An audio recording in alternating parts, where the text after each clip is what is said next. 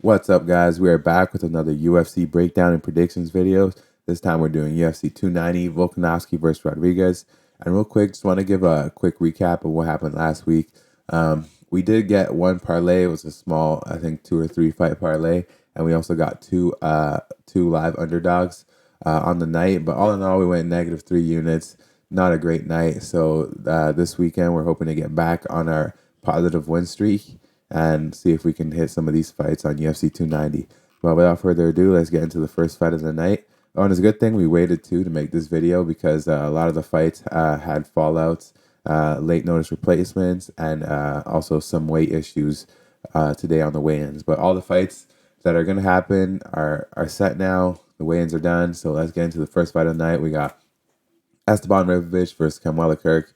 I'm gonna go with Esteban Ribovic in this one. I think Kamwela Kirk, he's a decent athletic dude. He's got some decent grappling as well. I definitely give him the grappling advantage, I'd say, just because he goes for it offensively more than Esteban Ribovic.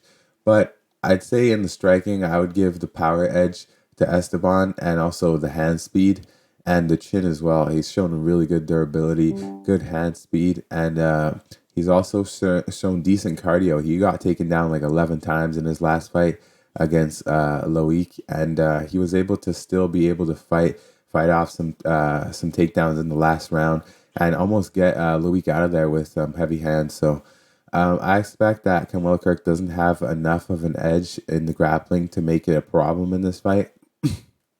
I think he's going to try for some grappling, not have the best success with it, and also gas himself out a little bit. And then at that moment, I expect Esteban to really have a hand speed advantage and be able to get Kamwela Kirk out of there using the hands. So I expect an Esteban Ribovic TKO in this one, and I'll get him in the first fight. Moving on, flyweight division, we got Shannon Ross versus Jesus Aguilar. A lot of people are picking Shannon Ross on the upset for this one. I personally don't see it, man. I think Jesus Aguilar, he's got good enough striking game. We all know Jesus is going to have the edge in the jiu-jitsu, but I do think he's got a good enough striking game to give Shannon Ross problems. He's also awkwardly short with some good power. He did lose his first fight in the UFC, but that was to Tatsuo Terra, so you can't take much away from him in that one. Shannon Ross 0-2 in the UFC, mid 30s. I do expect Jesus Aguilar to be able to have success on the feet as well as negate some of the offensive striking from Shannon Ross. And also, I feel like in this one, Shannon Ross is also susceptible to go for those clinch positions as well. He's not a completely, one-dimensional fighter. I feel like he will go for some grappling exchanges, and he'll leave his neck open in some of those. And Jesus Aguilar has got a mean guillotine and choke game. So I expect Jesus Aguilar to take this one by submission, if not by decision. So we'll take that for that flyweight bout. Moving on to the bantamweight division, we got Terrence Mitchell stepping in late notice against Cameron Saymon. Cameron Saymon, huge favorite in this fight. And there's a lot of reason behind that. His opponent, Terrence Mitchell, he has the experience edge, but in a lot of those fights, he's fighting in Alaska FC, and a lot of people know that not the best level of competition comes out of that organization. And he's basically been able to beat all those guys up there. He had a small attempt in the UFC when he was in the Ultimate Fighter. He got finished by Kai France in like 30 seconds by a body shot. I think Cameron Saymon, he's got definitely a really good kickboxing game, keeps a lot of pressure and has great output and great cardio.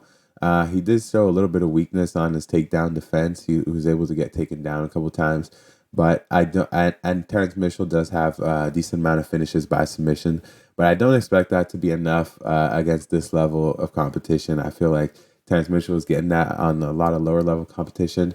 Cameron Saymon definitely going to have a cardio advantage, I feel, in this one. And I expect him to be stuff some early takedowns from Terrence Mitchell and finish him on the feet. So I got Cameron Saymon winning this one by TKO under 2.5 rounds for sure. So we'll take Cameron Saymon by TKO. Moving on into the light heavy weight division, we got Vitor Petrino versus Marcin Prachnio. I'm going to have to go with Vitor Petrino in this one. Martin Prasniow didn't look terrible, I guess, in his fight against William Knight. But then you also got to notice that William Knight literally threw zero punches and kicks basically for the whole 15-minute fight and just stood there and watched Pacquiao for some reason. He's going up against a young, hungry up-and-comer, 8-0 Brazilian. I doubt he's going to have the same problems as he did fighting a William Knight, where this guy's not coming forward. Vitor Petrino is going to come forward. He's going to land big, powerful shots on Marcin Pacquiao, and he's going to put him out. Marcin Pacquiao does not have a good chin. He's been knocked out like 3 times already in his UFC career, and I definitely expect Vitor Petrino to be able to do that. Vitor showed some grit in his last fight against I forget the name of that Swedish guy he fought, but he landed a bunch of power shots that would have put most guys out, but his opponent was very durable, lasted in there for all 3 rounds, and Vitor Petrino showed some ability to be able to carry his power over into the 3rd round. So I think for Marcin to win this one, he's going to have to be perfect for a whole 15 minutes. I mean, completely perfect. If he messes up one single time, he's going to get put to sleep. And against a aggressive, young, hungry, undefeated up-and-comer, I just don't see a world where he doesn't land at least one flush shot. And that's all it's going to take is one flush shot on Marcin Pacquiao to put him out. So I got Vitor Petrino by KO in this one, and we'll take that. Moving on to the next fight, we got the rematch between Jimmy Crute versus Alonzo Menifield in the light heavyweight division. This fight is quite a pick 'em, honestly. After the last fight, I did pick Alonzo Menifield to win that as an underdog. He was a heavy underdog in their first fight. I picked him to get the win. He completely destroyed Jimmy Crute for the first round. It was literally a 10-8 round. Jimmy Crute came back midway in the second, arguably won the second, and then in the 3rd round, Alonzo Menifield. No, I'd say Alonzo Menifield probably won the second. But what happened is he lost the 3rd round, and then he also got a point deducted, so it ended up being a draw. I feel like Jimmy Crute, he's gonna have to be very. He's gonna have a very flawless fight for him to come out on the other end unscathed. I feel like he does have a path to victory if he's able to continue his grappling and be able to pace himself properly, not completely blow his wad trying to get a takedown. Maybe just accumulate some control time. Get the back sometimes, and instead of just having to blow his wad trying to get Alonzo down, get him down to a butt cheek and he pops back up. That's not the grappling strategy for Jimmy Crute. He's gonna have to accumulate control time, maybe get the back, and look for a submission that way. But if he's gonna be trying to go for double legs, getting Alonzo down to a butt cheek and then having to work to get him back down again, I see him coming out slow in the 2nd round, and that's going to leave the opportunity for Alonzo Menifield to land one of those big shots. Alonzo knows he can hurt him, but he knows after the first fight he's going to have to pace it. So this time, though, Jimmy Crute's it's a lot closer on the odds pick-em wise, and I did see a very good route for Jimmy Crute to win this one. He's a much better grappler. But again, man, it's hard to pick. So for this fight, I'm gonna have to pick the under. I'm probably not gonna pick. I'll give you guys a pick. I'm gonna go with Jimmy Crute just because I feel like last time he could have won that fight, and if he just did a more refined version of his game plan, and seeing as the odds have come down to a near pick'em, I might as well take Jimmy Crute, who was a heavy favorite last time. He shouldn't have been a heavy favorite, arguably, when the fight played out, but after that first fight, I do feel like he took the best Alonzo had to offer and was able to last in there. So, I mean, if he doesn't get caught with a big haymaker and completely put on clear streak, I think he should be able to win this one by decision or submission finish. But I'm gonna arguably not pick anyone for the money line. I'm just gonna pick the over under, and I do got this fight ending inside the distance. So. Anyways, moving on, we got Yasmin Uruguay versus Denise Gomez in the women's strawweight division. Yasmin Uruguay is a really good prospect, 10-0 undefeated. Everyone's got a lot riding on her to get the win this weekend against Denise Gomez. I think it's a harder fight than the odds are making it out to be. She's a minus 400. Denise Gomez has shown some really good durability against Luke Boom. She's able to, take a beating. She's she can stay in there and come back in the third. She has good, decent power. I don't think it's going to be that easy. I think she's also decently hard to take down. So it's definitely not a minus 400 fight the way it should be. But I do think Yasmin Uribe will get the win in this fight. She's way more athletic, faster, um, a bit longer too, a bit taller. So I do definitely, I think she's going to be able to get this one done by decision. Denise Gomez is super tough. But again, I don't think it should be a minus 400. So I definitely wouldn't play a money line on that. But we'll take Yasmin Uribe to win this one. Moving on, catchweight bout. Stepping in on short notice replacement, Edgar Chairez versus Tatsuro Terra. Gonna 100% go with Tatsuro Terra in this one. We're gonna take him by submission inside, probably inside 2.5 rounds. So we'll take Tatsuro Terra by submission. Edgar Chairez, he's gonna be a durable dude. Just the grappling, he has no chance in the grappling. Once he gets taken down, he's gonna get his back taken. He's gonna get choked out. Tatsuro Terra also has shown some decent striking. You know, he's willing to strike there with good opponents as well on the feet for as long as he needs to, and as soon as he finds the opportunity, he'll take someone down, accumulate his control time, and probably get the finish. So definitely going to go with Tatsuro Terra in this one. At a minus 975 though, I wouldn't pick a money line. I'd probably go for a prop of Tatsuro Terra to win in under 2.5 rounds by submission. So we'll take that one. Moving on, headlining prelim, it looks like we got Bo Nickel Nico Price taking on Robbie Lawler. This is not as easy as the odd makers are trying to make it seem, man. I know Robbie Lawler's his retirement fight. He's like 42 years old. Last fight, he's taking before he retires. Nico Price, younger, but he's still a bit over the hill as well, man. His last few performances did not look good at all. Robbie Lawler got finished by Brian Barberena, but he was doing really good before that, and he could have arguably won if he didn't get finished late. So I definitely don't think it's what odds makers are making it out to be, where Robbie's just gonna get knocked out in there. Nico Price, he has good power and he will come in there to fight, but I just don't see him having the same kind of durability that a Brian Barberena had. And I do see a world where Robbie Lawler can actually knock out Nico Price.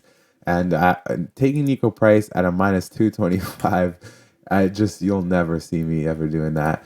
So I think this is a dogger pass situation. I do see this fight going over at least a round and a half, but I do think Robbie Lawler has a really good path to victory because Nico Price probably won't go try and wrestle him and grind him out. I think he's going to stand in there on the feet. Robbie's comfortable on the feet. He did look good in his last few performances, even though he lost his one against Brad Barberena. So I think I'm going to have to go with the underdog in this one and Robbie Lawler to get it done by TKO, if not decision. So we'll take Robbie Lawler in that one. I just cannot do Nico Price at minus 225. But I do see this one being a fun one. So moving on to the main card, we got the first fight of the night. A fight on the main card: Bo Nickel versus Val Woodburn. We're gonna go with Bo Nickel here, man. I know Val Woodburn is not terrible, 7-0. Very short, stocky dude, low center of gravity, but I do expect Bo Nickel to be able to take him down, get the submission. It's going to be very hard for Val to stop the grappling game of Bo Nickel, and you just don't see it happening. So, Bo Nickel being the biggest favorite in UFC history, definitely not touching that money line. I'm sure a lot of the props are going to be juiced as well, so it's going to be hard to even bet on Bo Nickel this weekend. Guessing submission first round is also juiced. Haven't looked at it yet, but that's one that's probably going to happen. First round submission for Bo Nickel. But we do got Bo Nickel winning this fight. It's going to be really hard to find a way to play him in with any value. So yeah, we'll take Bo Nickel to win that one. First round submission. Moving on, lightweight bout. Jalen Turner versus Dan Hooker. Dan Oliveira Hooker. This guy's basically turned himself into Charles Oliveira. dyed his hair blonde, got back tattoo, and some other tats. Versus Jalen Tarantula Turner, man. This guy's 6'3", fighting at 155. He looked like a skeleton on the scales today. Literally just completely just skin and bones, and he didn't make weight. Now, normally, I don't like it when guys come in and don't make weight because I feel like maybe they didn't put in the work during the camp. But I mean, at Jalen Turner already being 6'3", I feel like it's gonna benefit him to walk with that extra little bit of weight because it's gonna take a lot for a guy 6'3" to get down to 155. I do have Jalen Turner winning this fight. He's just a sharper, longer striker with more power, I think, in his strikes right now, especially at where they're at in their careers. Dan Hooker hasn't been looking great for the last little while, especially after that Dustin Poirier fight. He just looked like he lost something in that fight, and yeah, he's just trying to make his way back into top 10. And he's got an extremely hard task in Jalen Turner, who's shown some really good takedown defense in his last fight, showing he has good submission ability, and he's also a longer striker than Dan Hooker, who usually has the edge and length in his fight. So we're gonna go Jalen Turner to get this one done by TKO in round two. I just don't really see a path to victory for Dan Hooker. Now, mind you, could Dan Hooker land a massive shot, maybe knock Jalen Turner out? Sure, it's an MMA fight, and anyone has a puncher's chance. But 9 times out of 10, I just stylistically putting their skills up against each other, I just see Jalen Turner winning it more often than not. So we'll go Jalen Turner taking that fight. Moving on, middleweight bout, Robert Whitaker versus Dricus Du Plessis. Man, I don't know. As the week has gone on, I don't know if something has been able to just shift my opinion. But at first, I thought, you know what, Robert Whitaker is gonna destroy Dricus Du Plessis. He's got no chance. But man, I don't know if it's the odds being so off or what it is. I just see a path to victory for Dricus. I think that he's shown really good grappling in his early rounds of his UFC fights. He's got a good understanding of grappling. He's a decently good striker. He's a kickboxer, and he can really put it together. He has good power in his hand, really good chin, insanely good durability. His cardio has always come into question, but a lot of people are saying it's because of his nose issue that he's had to fix, and then so he's got that taken care of. And I just think he definitely probably is gonna get picked apart by Robert Whitaker on the feet. But I'm just seeing a world where maybe he has some success with holding Rob up against the cage, maybe with some grappling, landing those shots like he did on Darren Till, and then maybe slowing down Rob a little bit and being able to come and get a win. So I do see a path for Dricus. It's definitely not what it's not. He's not going to be looking like a plus 285. I don't think in there. I think it's going to be a lot closer. I think it's going to be by decision. And what really scares me is that I have a really good feeling it's going to be by decision. And 9 times out of 10, when the UFC wants someone to win their fights and it goes to decision, that guy usually wins just because just look at like definitely the UFC wants Dricus Du Plessis to fight Israel Adesanya. And most more often than not, when the guys that they want to win and take to that next level have a fight that goes to decision, they usually win. Look at Paddy Pimblett, Sean O'Malley. I mean, the list goes on. Whenever they have a guy who they want to win and they make it to a decision, the UFC will give them that decision win. And I'm just scared it's going to be in that's going to be the position here in this fight. And I could definitely see a world of that happening. I'm sure if you think about it too, you'll see the same thing. And that's what scares me about this fight. So I do got Robert Whitaker winning, just skill for skill. He's definitely better, moves way better kicks, better in and out. His grappling has always held up throughout his career. He's fought big guys before, like Yoel Romero. I'm just scared that if it goes to decision, he's not going to get the nod because UFC usually gets their ways when it goes to decisions. So, and I do think Dracus has what it takes to make this a closer fight than what the odds are making it out to be. But I will take Robert Whitaker to win this one. Just laying out my thoughts on that. I probably won't pick him money line, maybe in one parlay, maybe. But most likely, I'm just gonna do over a round and a half. to be safe. But we'll take Robert Whitaker. Definitely watch out for that live dog play, though. Moving on, Brandon Moreno. Brandon Moreno versus Alexandre Pantoja. This is another hard fight to pick. The odds say Pantoja is a plus 175, even though he's got 2 wins over Brandon Moreno. And I think they're really just betting on the fact that Brandon Moreno has improved leaps and bounds since the last time they fought. And I agree. I tend to agree. I think Brandon Moreno has improved so much since the last time they fought. His confidence is through the roof. His championship level experience through the roof. His boxing's gotten better. Wrestling, he's put on more size. I feel like he's definitely. It makes sense for him to be the favorite for sure. Now, is it a 2-1 favorite? I'm not sure about that. Alexander Pantoja is going to have a lot of power coming in. He has really good power in his overhands, really good grappling, as we all know, and really good submissions.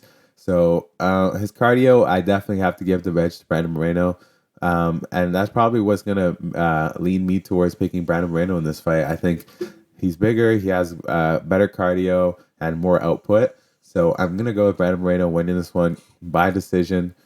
I do see a world where he gets TKO later on if Alexander Pantoja starts to fade. But if not, I definitely got Brandon Moreno winning this one either way by decision. So we'll take Brandon Moreno. And we'll move on to the main event of the evening, Alexander Volkanovski versus Yair Rodriguez. I'm definitely going with Volk in this one.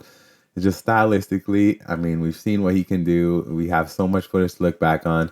If he's in a bad position, he's not going to give up on himself. He has good grappling, very durable, quick on the feet, good leg kicks himself, and he's got long reach for a short guy. So Yair Rodriguez obviously super dangerous. He could, put anyone out with a right kick to the head. And yeah, I just, his grappling leaves a lot to be desired. I was seeing him get tooled around by Max Holloway on the ground. And I definitely think Volk is going to be a stronger grappler than Max on top.